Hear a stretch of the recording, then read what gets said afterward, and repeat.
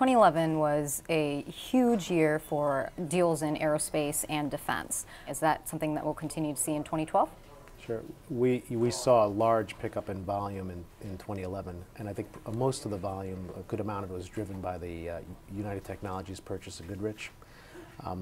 When you have an $18 billion transaction, where in the past several years before that, the largest deals were only a couple of billion in size, certainly that's going to drive volume in the space, and that was a large aerospace transaction that now is going to produce other transactions as UTX looks to divest businesses. We're seeing a lot of trends where it's the large players on the defense and aerospace side reviewing their portfolios.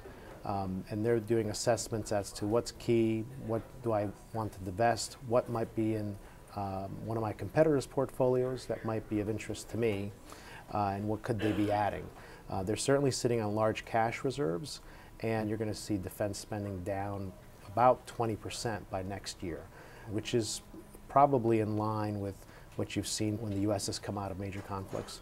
So as you have that spending coming down, they're trying to look at what other avenues of growth are available. And so they're certainly making acquisitions in some key targeted areas. So everybody's looking at cyber technology, intelligence technologies. UAVs are a big area of investment right now.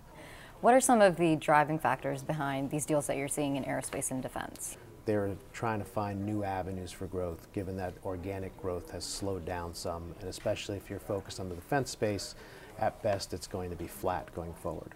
As they look around at the portfolios of the private equity firms, who certainly have assets that they have not been able to sell the last few years, we're seeing a substantial pipeline of coming attractions from the private equity side, on top of some of the divestitures that have been already announced and some that are pending from large strategics. And so I think that's going to be the bulk of the activity in the coming year.